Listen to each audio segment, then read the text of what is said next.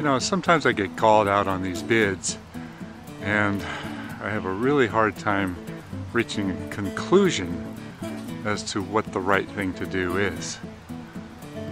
You notice here the power company has really hacked on this tree. The subsequent new growth has become excessively heavy on one side. So this tree here is really on the verge of breaking. There's way too much weight on one side and virtually nothing on the other side.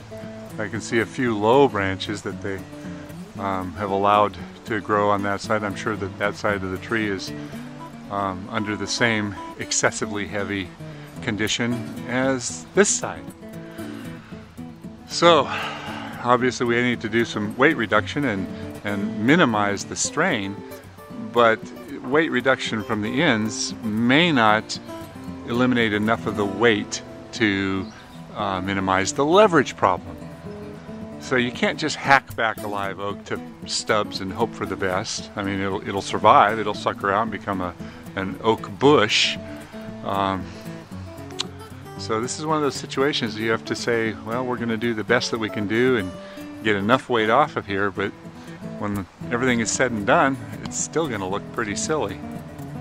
So, power company, I don't know what to say about this one. You know, when you look at it from this perspective, it even looks worse.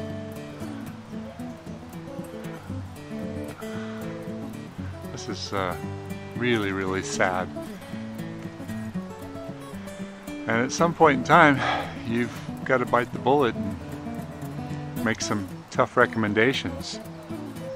Honestly, I think this tree should be eliminated and a better variety of tree planted in this backyard that is not under the power lines. I'm guessing that this tree is going to be about 45 to 50 years old, and I'm sure it was a tree that came up on its own.